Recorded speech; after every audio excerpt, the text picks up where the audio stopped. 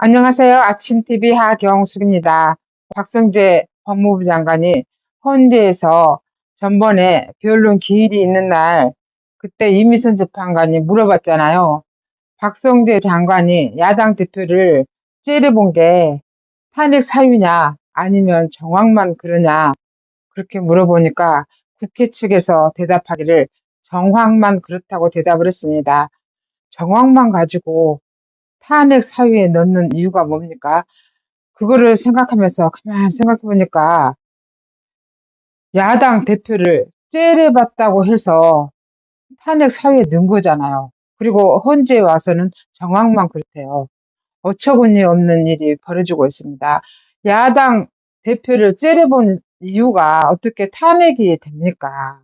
그걸 보니까 북한하고 너무나 매치가 되는 거예요. 얼마나 북한하고 상황이 똑같은지 어처구니 없었습니다. 긴 회의 시간에 졸았다고 해서 죽여버린 사회가 북한입니다.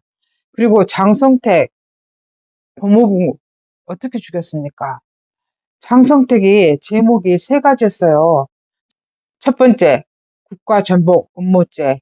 두 번째, 불순 이색분자들을 당과 국가의 중요 직책에 끌어들이며 반동 무리를 규합. 세 번째, 2009년 화폐 개혁 실패 등 경제 부분의 혼란도 장성택의 전횡과 부정부패 행위 탓으로 돌렸습니다. 그러면 근거가 뭘까요? 북한 헌법 제60조는 국가 전복 음모죄가 반국가적 목적으로 정변, 폭동, 시위, 습격에 참가하였거나 음모에 가담한 자에게 적용되는 것으로 사형 또는 무기노동, 교화형에 처할 수 있다고 규정하고 있습니다. 공산주의 사회에서는 특히 내란, 영모 이거는 치명적이지 않겠습니까? 그러니까 장성택이 어떻게 죽였습니까? 지금도 기억에 생생합니다. 광사포로 날려버렸잖아요. 뼈도 못 추리게 가루를 만들어 버렸잖아요. 이게 북한입니다. 근데 우리나라에 지금 내란 사태 때문에 난리가 났잖아요. 대통령은 내란을 일으킬 이유도 없고 내란은 말도 안 되는 말입니다. 북한같이 장성택이가 2인자였는데 김정은 자리를 넘봤다고 해서 죽여버린 거잖아요. 내란, 영모는 그런 겁니다. 2인자가 1인자 자리를 넘봤을 때 내란인 겁니다. 근데 지금 우리나라 반국가단체 세력 그런 애들이 대통령을 내란 음모죄로 똘똘 말아서 탄핵을 시켜서 끌어내리려고 작당을 한 겁니다.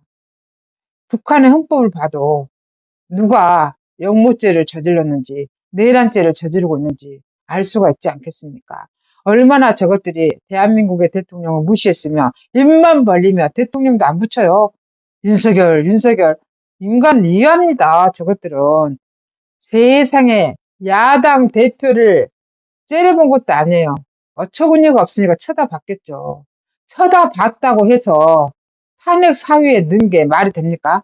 그리고 지금도 못 적으니까 헌재에서는 정황만 그렇다고 말한 거예요. 이 많은 손해를 국민의 세금으로 지그들 마음대로 지기 편들 돈 벌게 해주면서 한다는 게 저것들의 음모입니다.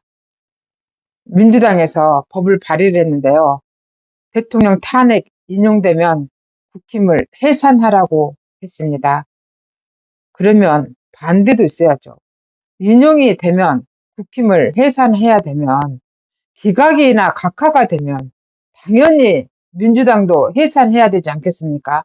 우리는 이걸 근거로 민주당 해산 운동도 같이 해야 된다고 생각합니다.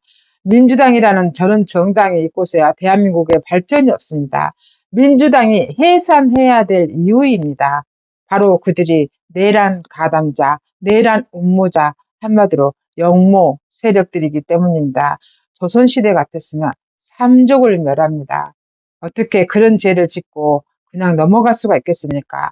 민주당은 반드시 해체를 해야 됩니다. 보세요. 북한하고 똑같잖아요. 그러니까 우리 국민들이 북한하고 똑같다고 생각하잖아요. 그리고 그렇게 말했잖아요. 어쩌면 국민들이 생각하는 게 딱 맞는 건지 니게들만 모르지. 바보 멍충이들. 지금까지 진실을 알려드리는 아침TV 하경숙이었습니다.